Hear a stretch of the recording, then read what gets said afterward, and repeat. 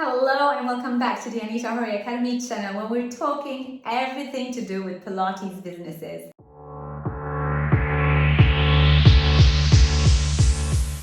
Have you considered that it would be so amazing that you had your own space where you could be your own boss and you do your own thing and you can figure out exactly what classes you're going to be giving to your clients and maybe what equipment you want to be using in your studio? And if you're a teacher that maybe have worked in many different studios, maybe you're starting to collect your own favorite pieces of apparatus, and the way that you want to run classes is maybe very different to the way that the studio where you work at operates. And dreaming about having your own space, having your own clients, and having your own mini Pilates empire is tickling your feathers and you're really wanting to get started.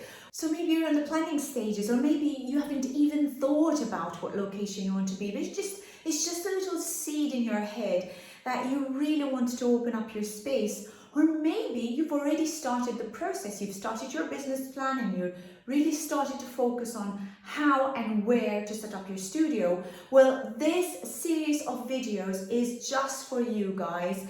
So 20 years of Pilates business experience is what's going to help you create an amazing Pilates studio, but not only that, to have an efficient space to work from and to create the ideal space for the clients you want to work with.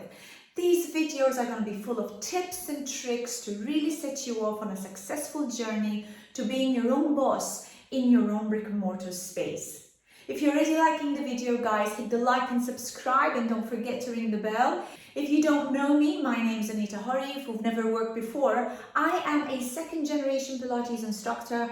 I am also a teacher trainer, Pilates business mentor, and happy to help out those people who really want to find value in working with someone who knows what they're doing, who has been in the industry for a long time, and who gives them personalized service. Now let's just ask the question of why would you even consider opening up a Pilates studio? You could be a teacher that has got a situation where you've gone through different scenarios, different formats of working, and maybe you're working from different studios, or maybe you work in church halls or different gyms. Whatever that might be the case, why would you even consider opening up your own brick and mortar studio? And that's why this series of videos is so valuable to you, because it's going to help you strategize on how you're going to set up your business, how to grow your business, how you're going to be starting with employing people, getting your marketing strategies, and then operationally, how should you be structuring the systems to be able to monetize as efficiently and effectively from the business that you set up. And in today's video, I'm going through the mindset of what it actually takes to set up a brick and mortar studio that's going to take up a lot of your time and a lot of your efforts and maybe financial investment into creating something that's going to be long lasting and creating a brand that's going to make a huge impact into the area that you're in. And who knows, if you do this right, the world is your oyster, very much so. I'm going to talk a little bit about my own story. So when I started teaching Pilates, I was working for a Pilates studio that had a very good clientele, exceptional clients, and loads of teachers working in this space.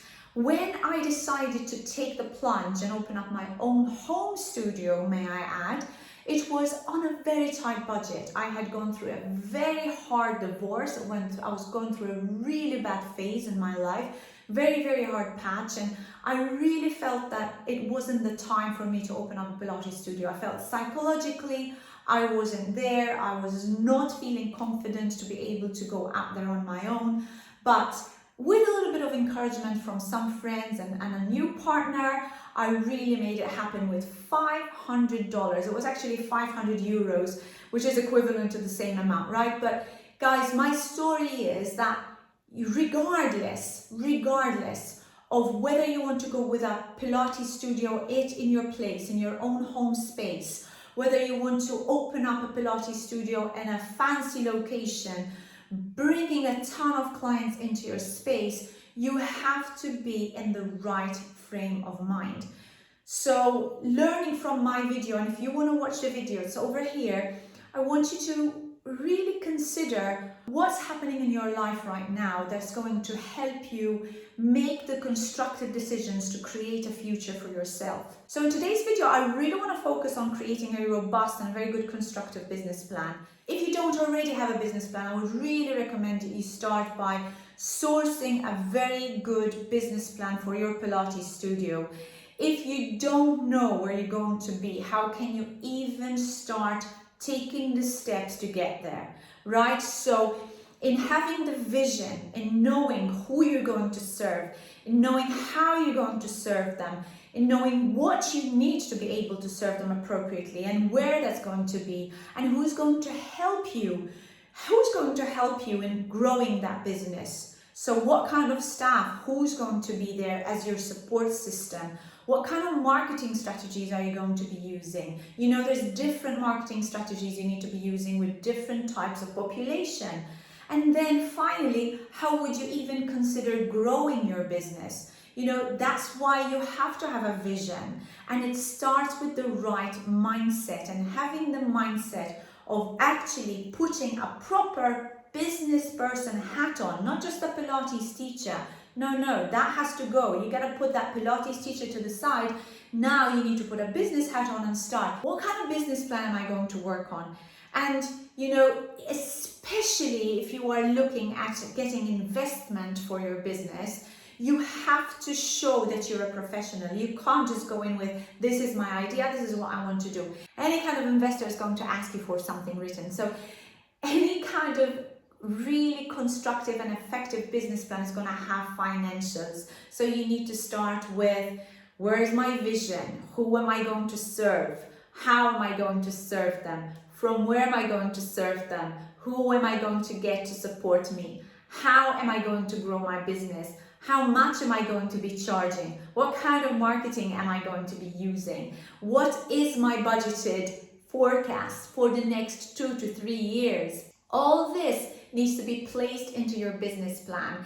And if you've never done one of these before, or you maybe perhaps have dabbled into it but found that you got stuck or maybe never actually moved forward, then I would really recommend that you work with a coach who can help you identify exactly how to grow your business. This is my jam, guys. The biggest success I've had is helping teachers create their own Pilates empire. And the successes that I've seen from clients of mine who are Pilates teachers in their own right, but they want to have their own business and opening up their own brick and mortar, and now they're flying. And this is such a wonderful thing to do. So if you are struggling, if you feel you need some help with that, you can click on the link below. I'm very happy to discuss how you can set up your first business plan and maybe work with you and how to create the systems in place to really have a successful business.